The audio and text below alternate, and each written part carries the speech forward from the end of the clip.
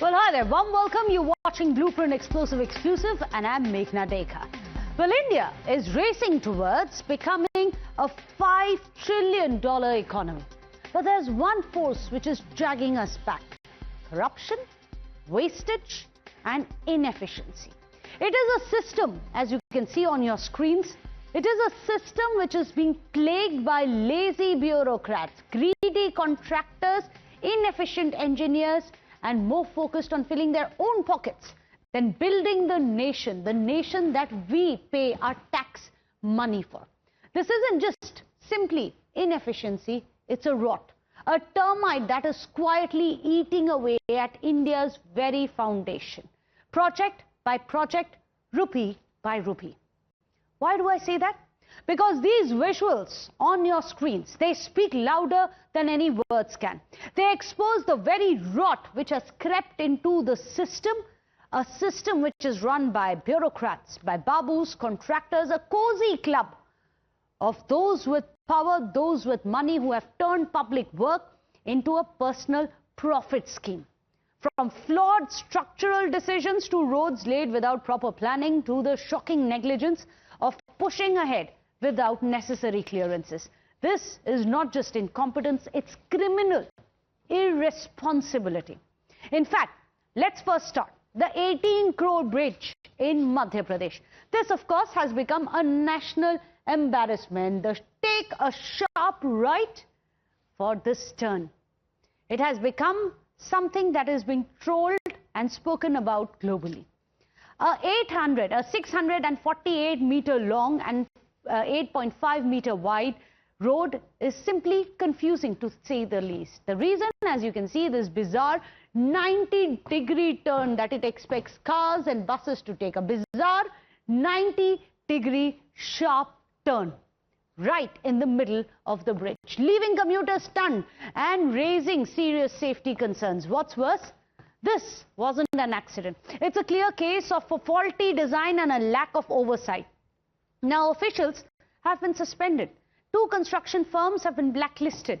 But the damage, both financial and reputational, is already done. Let's not even get into what it means for the safety of the passengers. What is it that people on social media have been saying? Of course, this has sparked off a massive troll fest. You have people on social media who have said, what about ministers and bureaucrats, they ask. There are many others who have said, for example, one of the trolls has said, make learning fun. And that's the dig, he says. There are others who say the rail-over bridge is built in an area called Ashbagh in the city of Bhopal at a 90-degree angle. It is world-famous engineers with smileys on it.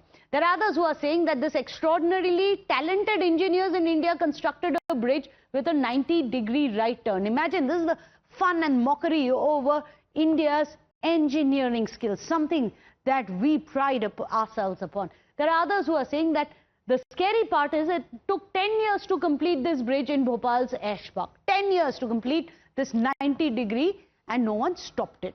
This is just a bit of a glimpse of what people really have been talking about. There's another video, a viral video, which shows a bus which is carefully turning on an extremely sharp and risky curve in Uttar Pradesh. You can see these visuals.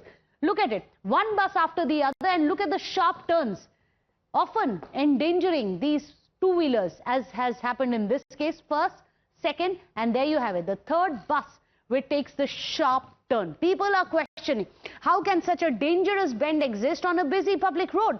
This clip, which shows Uttar Pradesh transport on the bus, has led to debates about road design, passenger safety, amongst others.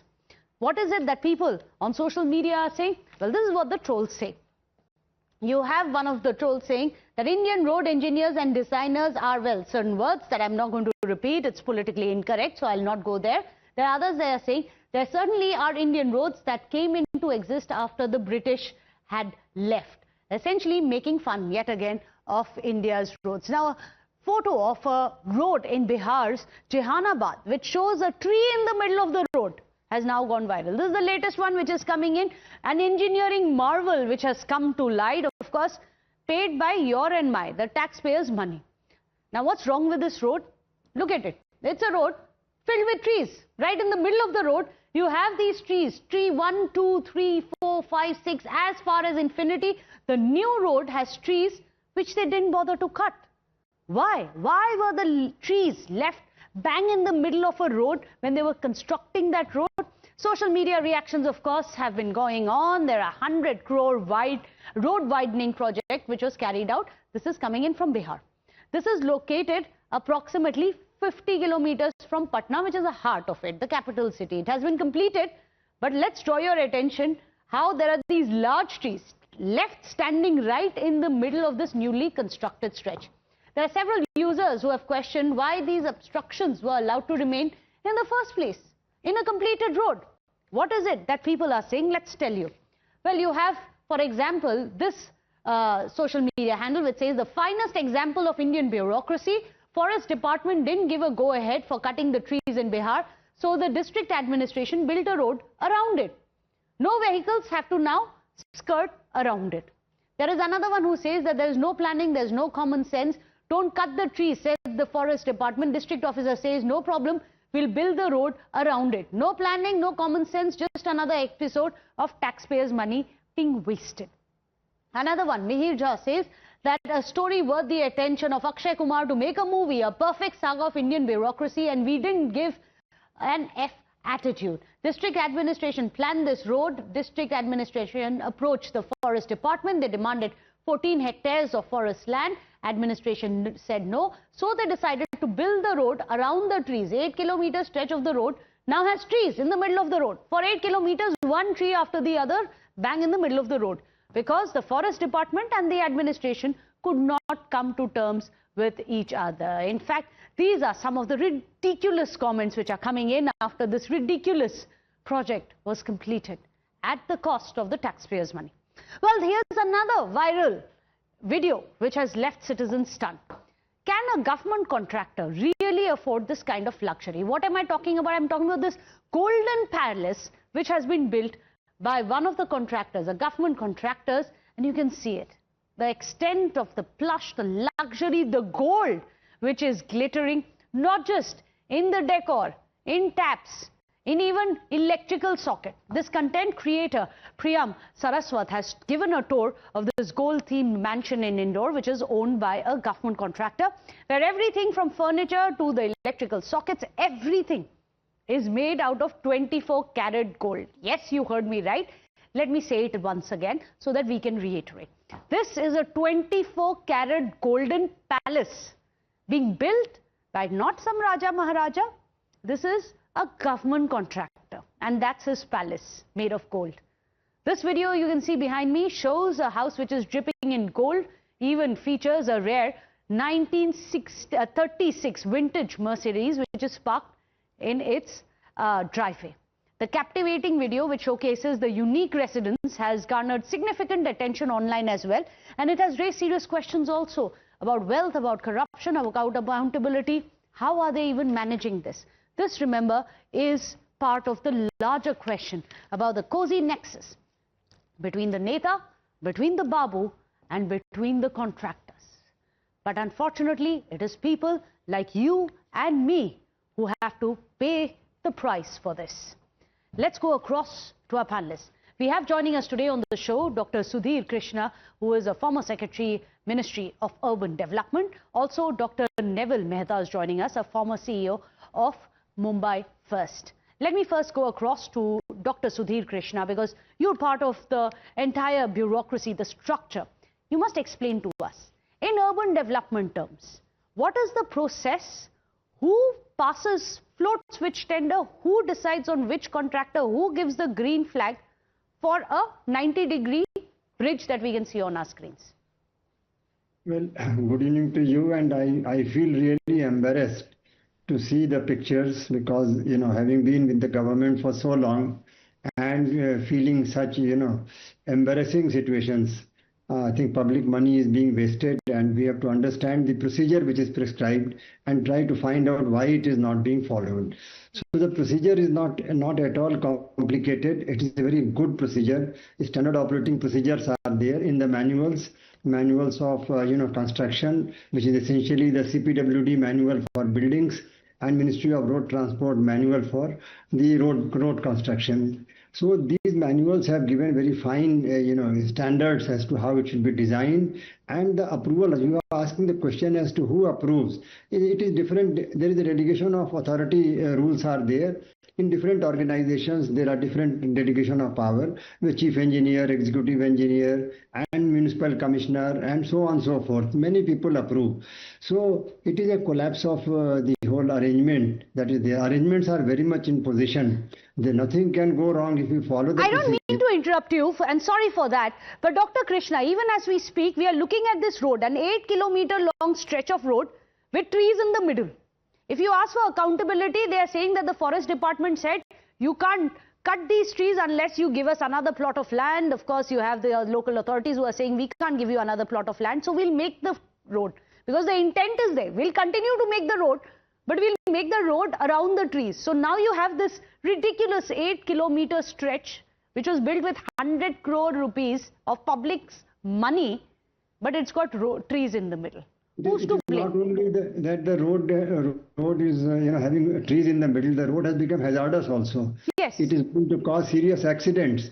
And I think it is high time. This particular case has to be a kind of an example to take action against the officers who have allowed this to happen. There is no way two departments can quarrel and lead to such public waste of public money. It is not at all acceptable, and nobody will justify this. It cannot be allowed to go. There are absolutely, procedures are very clear. This has to be subject to a detailed inquiry, a prompt inquiry, and immediate action has to be taken to recover money from those who have. It is a waste of, besides administrative action, like other penalties are there. Not only suspension, but other penalties are there. But they're all there on paper, and that's the problem. Dr. Mehta, I'd like you to come in. It's all there on paper. In fact, we have been explained by how Dr. Sudhir Krishna is telling us the protocols are there, no one's following it. At the end of it, Neville Mehta, we cannot have these kind of long rope being showed to people who have this short span of expanse when they are creating projects like this of the taxpayers' money. Dr. Neville Mehta, what needs to be done to stop this? And I'm talking about expenses being taken from personal accounts, something more than just a mere suspension or a blacklist, which apparently doesn't matter.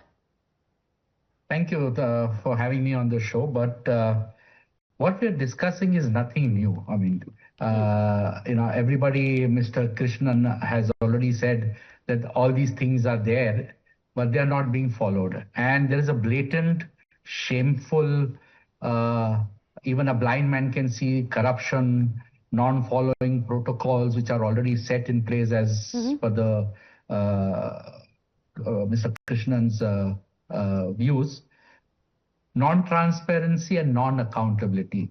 These are things that have come for ages, and we've been talking about the British looting India and filling their coffers. But it is worse to see our own men, our own government administration doing the same in modern times after 70 years of we getting freedom. So it's a shame. Shame to our bureaucrats, shame to our ministry level people, shame to our government administration, and I would also include shame to every citizen who's bearing this thing and keeping quiet about it. It's time now that India should get out from this dormant, docile feeling of Indian citizenship and come out and take responsibility. Make them feel that this is their city. Yes. It is not the city of people who are corrupt, not the city of people who don't follow rules, and not the city of people who want to blatantly and surreptitiously use our money. But Dr. Mehta, what can we do? People like you and me, we are here, we look at the extent of this corruption. It's ridiculous to say take a sharp right turn. It's ridiculous to say just be mindful of the trees in the middle of the road. And we've seen these golden palaces in which the contractors, government contractors, are living in palaces made of gold by themselves, by their own admissions. Can we go to the court? Whom do we go to? Tell us the process. Madam, first of all, what you showed was actually conveying to India as a country that the lives of citizens do not matter to the government administration. Clearly. The very fact that they have trees right in the middle of the road, and that also not in one line, but in a jigsaw puzzle, and that 90-degree turn bridge that you showed, and also, the sharp turn, it only goes to prove that they have no need for keeping the citizenship safe. And what we should do is, tell me how many people have been crucified? How many people About have 7 odd engineers, if I'm not wrong, have been suspended. Suspended is different, madam, and going behind bars is different. This is the problem they play with our, senses by saying, oh, we have immediately suspended him. Okay, you have suspended him. Have you proceeded against filing case against him? Yes. Are you made him accountable? Criminal negligence. Yes. So why is this not happening? Dr. Krishna, is it important that even politicians, those people who have given the permission, who've green flagged this, some of these were being made over the last 10 years. It's not possible no one saw it.